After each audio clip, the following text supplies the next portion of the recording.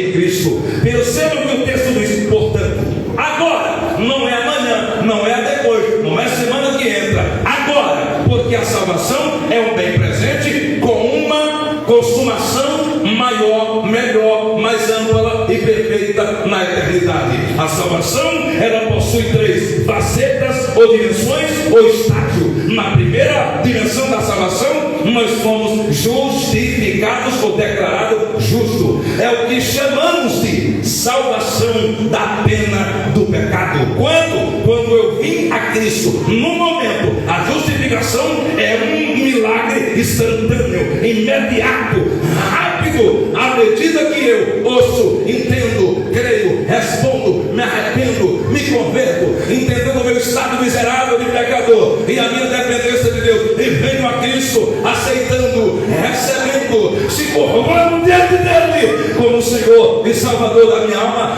eu recebi o primeiro estágio da salvação, que é a salvação da pena do pecado ou justificação. O segundo estágio é a salvação presente ou santificação, que é a salvação do poder do pecado na minha vida diária. À medida que, conforme o texto, eu ando no Espírito em detrimento de andar na carne. E qual é esse terceiro processo da salvação? Estágio, ele é contínuo e possui 3 estágios: santificação posicional, santificação progressiva e santificação final. A salvação, ela possui um terceiro e último estágio. E quando acontece?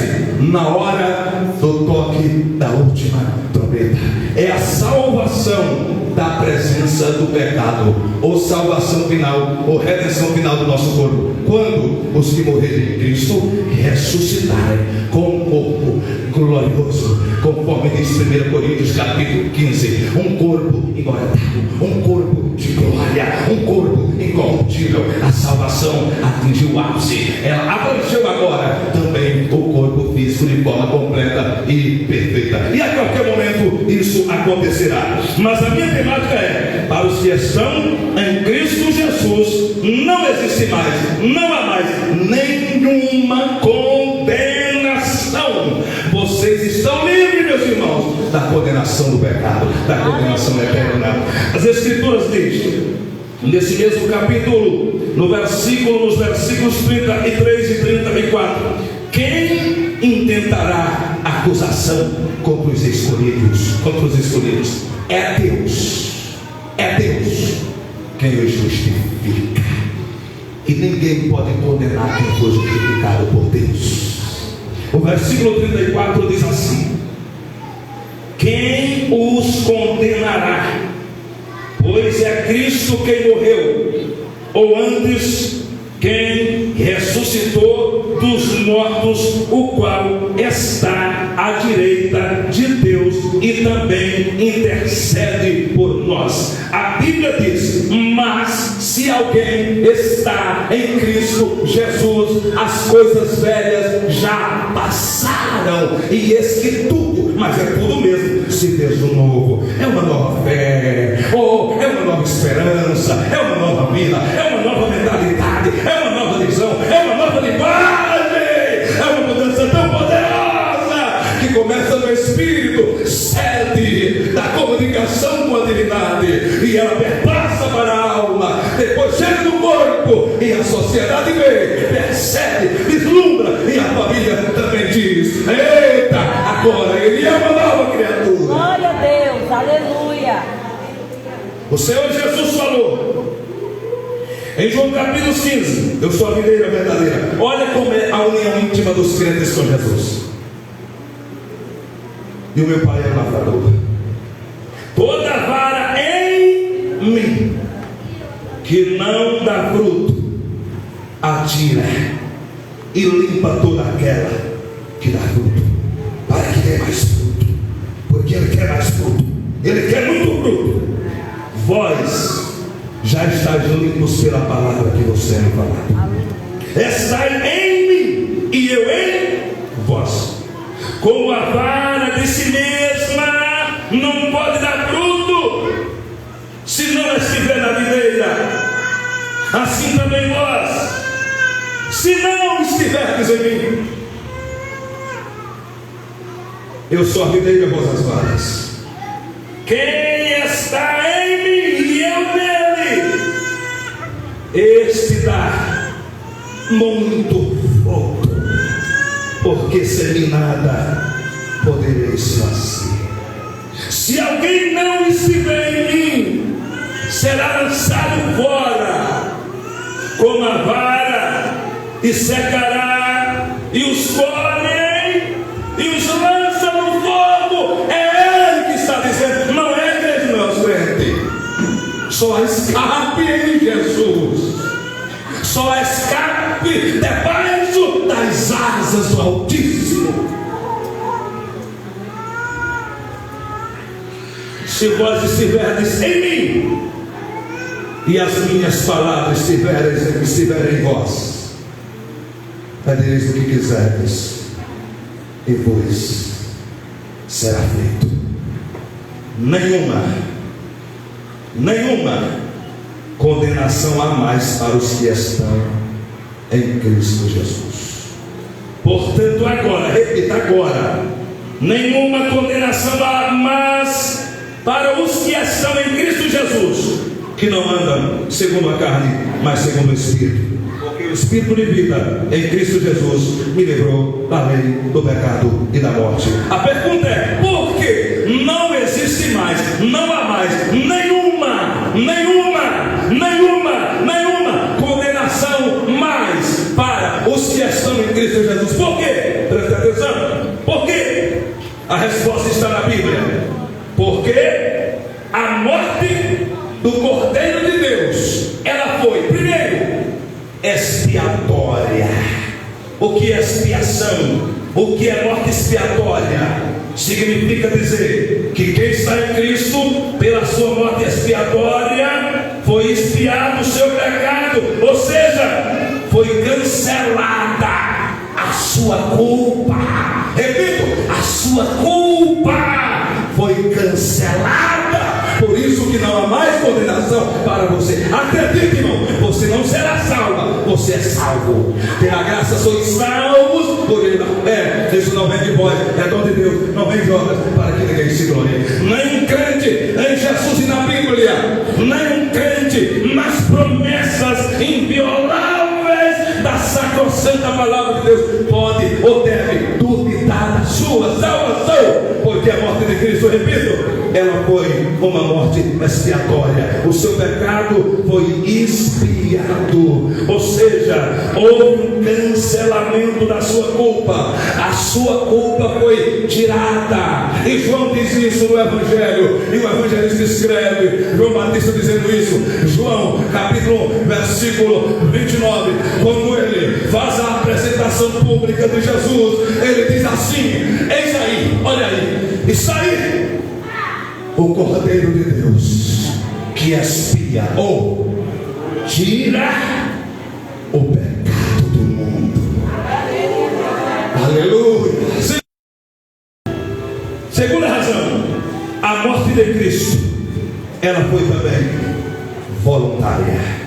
Repito, a morte de Cristo também foi voluntária, ou seja, ele morreu por um ato espontâneo e voluntário de amor. E isso ele diz em João capítulo 15, versículos 13, o evangelista escreve, ele dizendo: ninguém tem amor maior do que esse, de dar alguém a sua vida pelos seus amigos, ou a vida por alguém, ou pelos seus amigos. Então a morte de Cristo, ela foi expiatória, mas ela também foi voluntária, foi pelo ato instantâneo. Ele resolveu dizer: eu vou. Eu entendo, meus irmãos, que a chamada de Isaías, a chamada profética de Isaías, no livro que recebe o seu nome, no capítulo 6, ali, meus irmãos, é uma tipologia da disposição, da predisposição do Redentor de voluntariamente vir morrer por nós. Quando na eternidade, uma das pessoas da Trindade diz: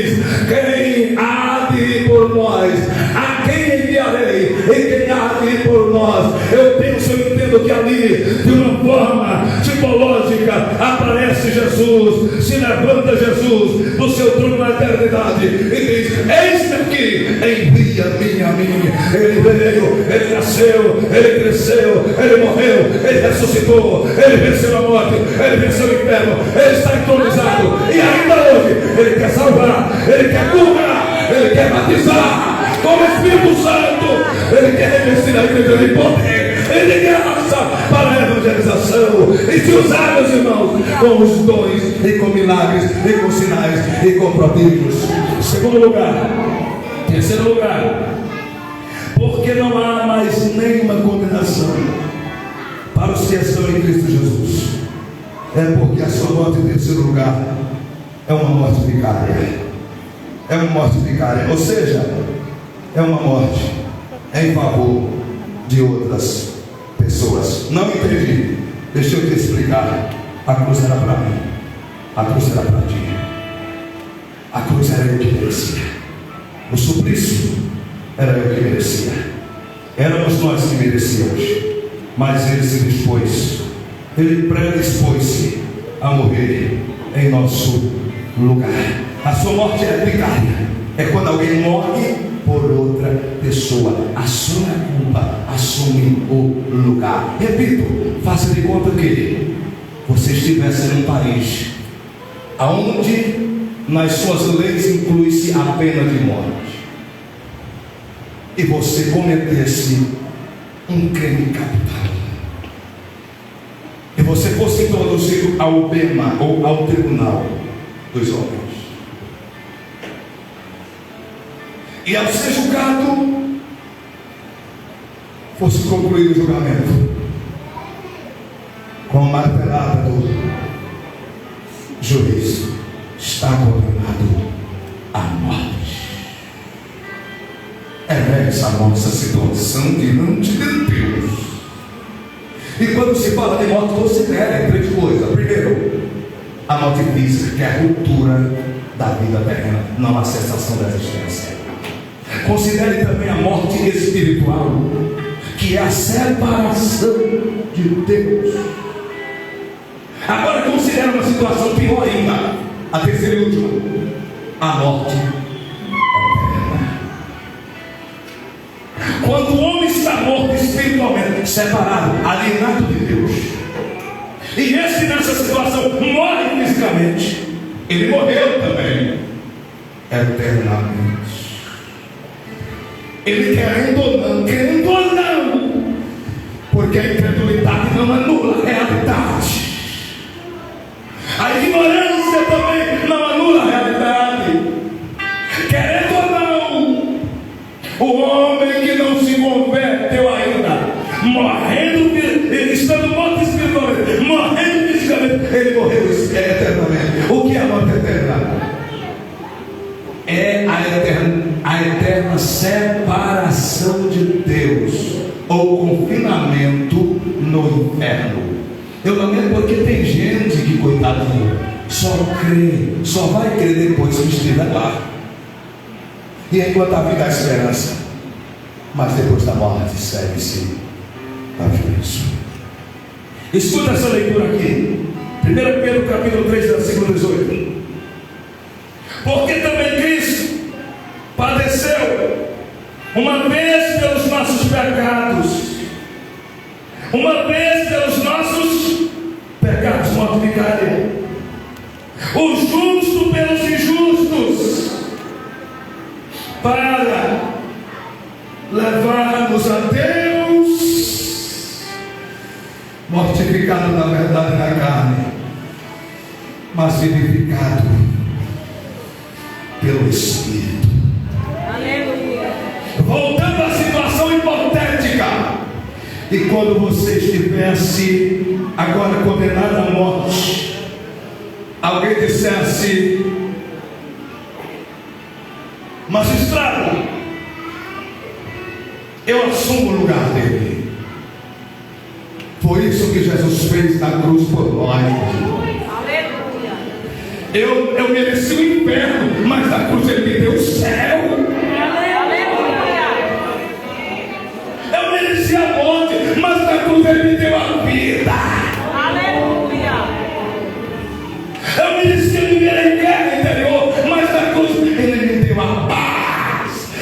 está aqui dentro de mim.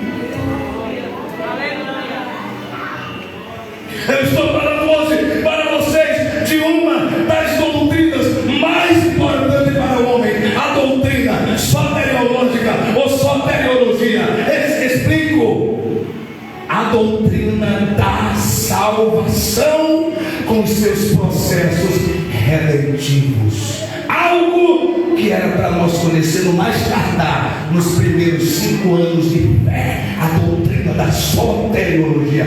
Como é esse processo da salvação? O que é expiação? O que é oblação? O que é isso de morte vicária, de morte substitutiva? O que significa justificação? O que significa novo nascimento? O que significa santificação e etc e tal. Mas nesta noite nós estamos ouvindo o Evangelho da Graça, o Evangelho do poder de Deus. Para os que estão em Cristo Jesus, não há mais nenhuma condenação. A pergunta é por quê? A resposta é porque a morte do Cordeiro de Deus foi expiatória, foi voluntária, foi vicária e, em quarto lugar, foi propiciatória. O que é propiciação? Eu nunca li nada, embora a gente vê na Bíblia, mas não tem a curiosidade por dicionário, né? Mas enciclopédia. A morte de Cristo, ela foi propiciatória. Estou dizendo que a Bíblia diz que o pecado foi coberto. Ou melhor, a ira, ela foi aplacada. A ira, ela foi abrandada. Porque na cruz, com a morte de Jesus, enquanto está ativado 2 atributos da divindade, santidade e justiça, feridos e dizendo: eu quero a reparação do pecado. Na cruz, se você entender o que eu vou dizer agora, tomara que entenda. Quando Cristo diz tetelestai, está consumado, é ativado outro atributo, e esse entra em ação. É o atributo de amor. Quase ninguém entendeu. Amor e graça e misericórdia. Qual é a diferença, pregador, de graça para misericórdia? Escuta isso. A misericórdia significa dizer que Deus não vai dar o que você merece. Por exemplo, o inferno, pelo atributo de misericórdia, Deus diz: não vou dar mais o inferno a ele. E o que é graça? A diferença para cá. A graça é quando eu não mereço e Deus diz: eu dou. A misericórdia diz: ele merece o inferno, mas eu não vou dar o inferno. A graça é: ele não merece o céu, mas eu vou dar o céu. Vocês estão começando a entender o que significa a morte de Cristo na cruz do Calvário? Vocês estão entendendo o que significa Calvário, que é a glória e a redenção da humanidade? Olha o que as Escrituras dizem em 1 João capítulo 4, versículo 10. Eu vou fazer questão de ler, não deu para 4:10 para memorizar. Nisso está a caridade ou amor, não em que nós tenhamos amado a Deus, mas em que Ele nos amou. Ele enviou seu Filho para propiciação pelos nossos. Obrigado, Jesus. Obrigado. A palavra descreve Cristo através de sua morte na cruz, do seu sacrifício na cruz, como aquele que está apaziguando a ira de Deus por causa do pecado, mas com a sua morte ele abranda, ele acalma a ira de Deus, e ativado o amor, misericórdia e a graça. Veja que isso é tão profundo que, veja como, eu não sei se vocês veem a Bíblia com essa curiosidade, tentando para cada detalhe, como eu, mas olha o que João, o evangelista, ao falar dele, ao falar de Jesus, capítulo do Evangelho, deixa eu ver aqui qual é o versículo. Versículo 14: e o Verbo se fez carne e habitou entre nós, e vimos a sua glória, como a glória do unigênito do Pai. Agora observa: cheio de graça e de verdade. Se mudasse aqui a ordem, cheio de verdade e de graça, mudava também o segundo versículo, sim ou não? Mudava, irmão, mudava. Cadê os hermeneutas? Cadê os hermeneus? Cadê os que estudaram hermeneutas? Mudava. Então ainda bem que aqui a graça aparece antes da verdade. Ele é cheio de graça e de verdade. É porque está se dirigindo a Jesus. Mas se fosse antes dele vir, seria verdade, verdade, justiça, justiça, santidade e santidade. Mas agora tem graça. Tem graça para você.